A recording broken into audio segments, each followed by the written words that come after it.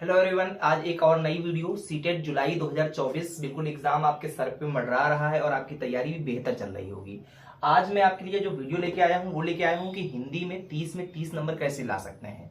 तो ये कहने सुनने में तो बहुत आसान लगता है कि 30 नंबर आप लेके चले आएंगे। हिंदी जैसे सब्जेक्ट सुनते हैं आप सोचते हैं कि हम बिल्कुल इसको आसानी से कर लेंगे, लेकिन जितना आसान आप समझते हैं उतना आसान आपको पेपर में होता नहीं है। हाँ, ये मैं इतना जरूर कह सकता हूँ कि 4 से 5 क्वेश्चन, मैक्सिमम 6 क्वेश्चन आप अपने विवेक, आप अपनी बुद्धि का इस्तेमाल करते हुए सही प्रश्न का आंसर दे आते हैं। लेकिन जो पेडागोजी आपकी आती है वो थोड़ी सी टफ आती है, उसको आपको पढ़ना पड़ता है।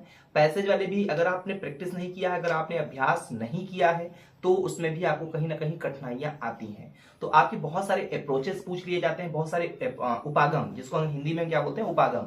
तो ऐसे बहुत सारे उपागम पूछ लिए जाते हैं जो आपके लिए बहुत ही ज्यादा परेशानी का सबब हो जाते हैं। और देखिए, आप जिन विषयों को सरल रूप में समझते हैं उस पे आप लोग थोड़ी ज्यादा मेहनत किया करें, जिससे आप जो है उसमें कम से कम उन विषयों में तो 100% मार्क्स, ना 100% सही तो 90% मार्क्स जरूर गेन कर पाए। तो चलिए शुरू करते हैं आज की वीडियो की। छोटी छोटी चीजें जो पेडागोजी से संबंधित है उसकी मैं बात कर लेता हूं। तो भाषा जो है, जो लैंग्वेज होती है, उसके कितने कौशल होते हैं, एक लाइन में आपका क्वेश्चन आ जाएगा। तो यहाँ पे आप जान लीजिए कि भाषा के कितने कौशल होते हैं। भाषा के 4 कौशल होते हैं। भाषा के कितने कौशल होते हैं? 4 कौशल होते हैं। ठीक है, इतनी बात ध्यान रखिएगा। भाषा के कितने कौशल होते हैं?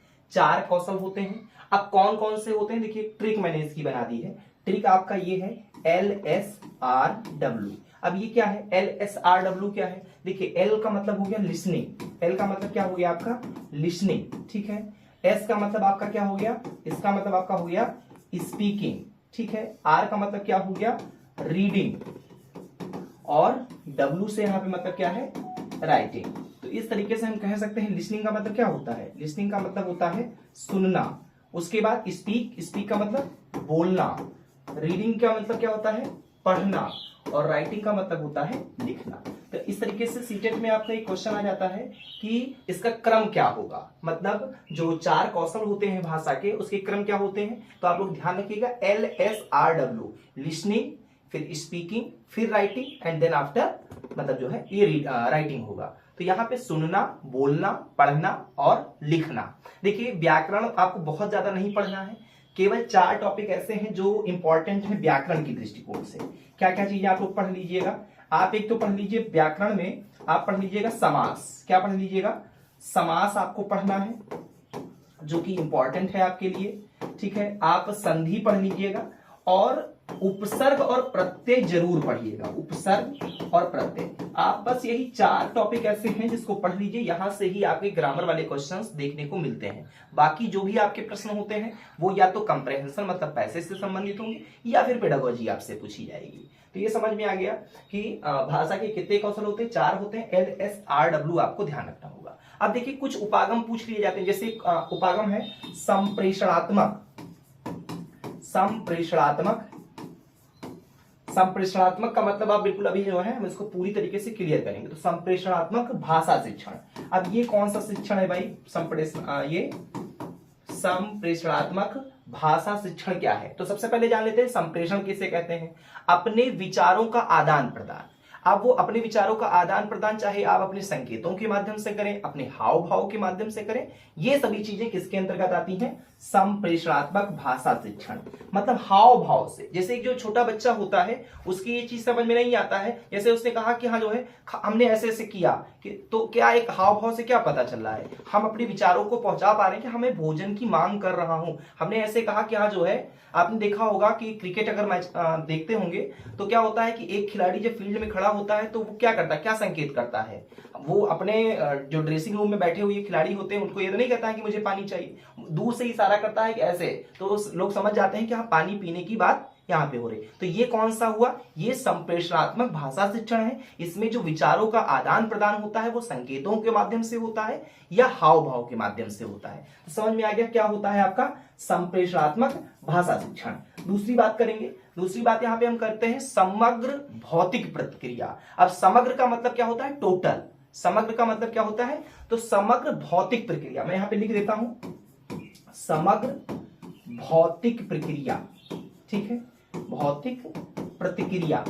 अब ये समग्र भौतिक प्रक्रिया क्या होता है भाई, ये कौन सी शिक्षण विधि है, इसमें क्या होता है, तो जो समग्र भौतिक प्रतिक्रिया होती है इसमें शारीरिक गतिविधियों का प्रयोग करके, मतलब टोटल फिजिकल रिस्पॉन्स, इसमें क्या है, ये क्या है, जैसे अब एग्जाम्पल के तौर पे, जैसे जब आप देखे होंगे छोटे बच्चों को पढ़ाया जाता है नर्सरी केजी फर्स्ट सेकंड, तो जो मैम लोग होती हैं जैसे उनको हमको बच्चे को बताना है कि बेटा ये कान है, तो क्या होता है यहाँ पे हम फिजिकली उसको बताते हैं कि ये क्या है, ये कान है, ये क्या है, ये नाक है, ये क्या है, ये आंख है। तो देखिए हम क्या कर रहे हैं, इसमें कहीं ना कहीं शारीरिक एक्टिविटी भी हो रही है, एक फिजिकल एक्टिविटी भी हो रही है। तो जब शारीरिक गतिविधियों का प्रयोग करके हम किसी अवधारणा को, किसी कॉन्सेप्ट को बच्चों को समझाते हैं, तो वो जो पढ़ाने की विधि होती है, जो वो टीचिंग मेथड होता है, वो आपका कहलाता है समग्र भौतिक प्रतिक्रिया। ठीक है, जैसे ये कान है, नाक है, ठीक है, ये पैर है, नीचे हमने इशारा किया कि ये क्या है, ये पैर है, ये क्या है, ये पेट है। तो इस तरीके की जो पढ़ाने की जो एक शिक्षण विधि होती है, इसी को हम बोलते हैं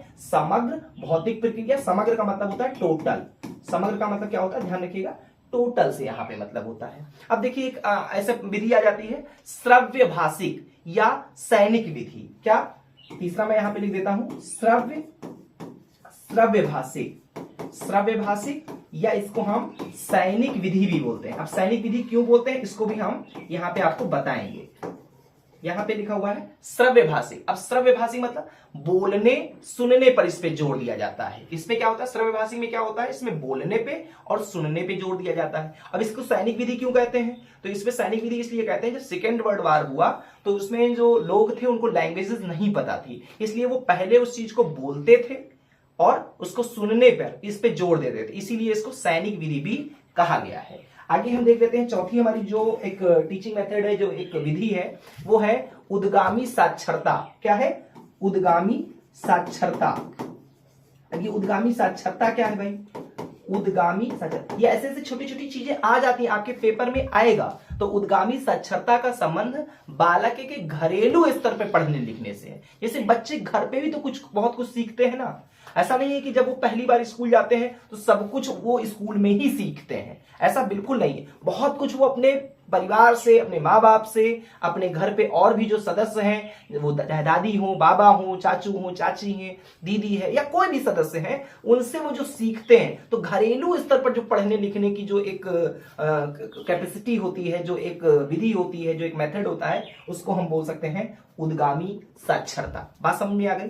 चलिए एक और हम देख लेते हैं, यहाँ पे पॉइंट हमारा है समग्र भाषा उपगम। समग्र भाषा उपगम, अब ये क्या है भाई, समग्र भाषा उपागम। ठीक है, उपागम का मतलब क्या होता है, ये होता है अप्रोच। ध्यान दिए, ये अप्रोच होता है, इसको इंग्लिश में क्या बोलते हैं, अप्रोच। ठीक है, तो बच्चों के भाषा भी एक विकास का क्या होता है, देखिए जो समग्र भाषा उपागम है वो बच्चों के भाषाई विकास की स्पष्ट और उनको सक्षम बनाता है। मतलब भाषा के विकास के लिए उस पर वो बल देता है, उस पर वो सक्षम बनाता है, इसी को हम बोलते हैं समग्र भाषा उपागम। उपागम का मतलब मैंने बताया आपको, अप्रोच एक ऐसी एक्टिविटी में, अप्रोच का मतलब क्या हो गया आपका, कि किस अप्रोच से आप उस चीज को सीख रहे हैं, किस एक्टिविटी से सीख रहे हैं, किस विधि से सीख रहे हैं।